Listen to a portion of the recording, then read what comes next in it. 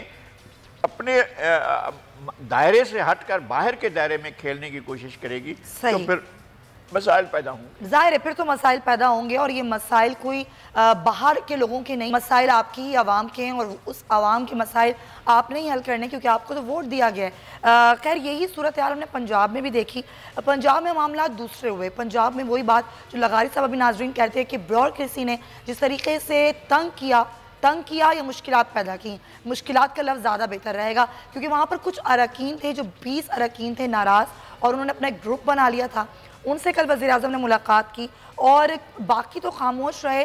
ایک ہی آواز اٹھی جو کہ غضنفر چھینا کی تھی, اور انہوں نے کہا کہ ہمیں یہ شکایات ہیں کہ جو ٹرانسفر پوسٹنگ کے معاملات ہوتے ہیں, جو عوام کی شکایات ہوتی ہیں, اس پر ہم کچھ کر نہیں پاتے. تو وزیراعظم نے ان کو خاصا برہمی کا اظہار کیا اور انہوں نے ڈانٹ دیا. انہوں نے کہا کہ کوئی بھی ٹرانسفر پوسٹنگ میری میرٹ کے خلاف نہیں ہوگی, ایسی مرضی کے خلاف نہیں ہوگی, نہ ہی چیف سیکرٹری تبدیل ہوگا اور نہ اختیارات میں کمی کی جائے گی. بابر ڈوگر صاحب ہمارے ساتھ ہیں, بیورو چیف پنجاب ہیں, ذرا ان سے بات کرتے ہیں. ڈوگر صاحب لگ تو یہ رہا ہے کل کی ملاقات کے بعد کہ بزدار صاحب تو کہیں نہیں جا رہے, ان کی تو سیٹ پکی ہے, لیکن کیا معاملات سارے عمران خان صاحب نے چلانے, وہی آ کر دیکھا کریں گے کہ پنجاب کی مسائل کیسے حل ہوں گے, چیزیں کیسے قابو میں آئیں گی؟ کیا بزدار صاحب یہ سب کچھ نہیں دیکھ سکتے؟ ہیلو جی سوئی آواز آ رہی ہے آپ کو؟ بالکل ڈوگر صاحب سوال آپ نے سنا میرا. میں آپ کو ابھی اس وقت کی لیٹسٹ ڈیولپمنٹ یہ بتا رہا ہوں کہ پنجاب اسمبلی کا اجلاس تھا. پنجاب اسمبلی کا جو اجلاس ہے وہ معطل ہو گیا ہے, سسپینڈ ہو گیا ہے, اور اسپیکر پنجاب اسمبلی نے ابھی اپنی زیر قیادت 3 رکنی کمیٹی بنائی ہے. ہوا یہ کہ ڈپٹی اسپیکر پنجاب اسمبلی دوست مزاری نے یہ کہا ہے کہ کل وہ جب عمران خان کی میٹنگ میں جا رہے تھے تو پولیس نے انہیں روک لیا, ان کی تلاشی لی گئی, اور جس سے ان کا احتکاک مجروح ہوا ہے. ان کے ڈپٹی اسپیکر یہ کہہ رہے ہیں. اس پر پنجاب اسمبلی کا اجلاس معطل ہو گیا جب اسپیکر نے کہا کہ آئی جی خود آئیں, آ کر وضاحت کریں. اگر وہ وضاحت نہیں کرتے تو جب تک ان کی وضاحت سامنے نہیں آتی اور کمیٹی اس حوالے سے اپنا نہیں کرتی, اس وقت تک آج کا اجلاس چلتا رہے گا, چاہے اگلے 24 گھنٹے رہے. تو یہ, اور آپ کو ایک اور چیز بتا دوں کہ اس ایشو پر اپوزیشن, کیو لیگ اور پی ٹی آئی ساری اکٹھے تھے. منسٹر کا یہ کہنا تھا کہ پولیس کا رویہ نامناسب ہے, انتہائی غیر مناسب ہے. پولیس اور بیوروکریسی جو ہے وہ حکومت کر رہی ہے اور لگ رہا ہے کہ ہم ان کے متحد کام کر رہے ہیں, ہم ان کے انڈر کام کر رہے ہیں. تو آج پنجاب اسمبلی کا جو تو ڈوگر صاحب آج جو صورتحال پیدا ہوئی, کیا اس صورتحال سے وزیراعظم کو لاعلم رکھا گیا, یا بزدار صاحب کے علم میں یہ بات نہیں تھی کہ قاف لیگ سے کوئی بات چیت نہیں ہوئی تھی عمران خان صاحب کی؟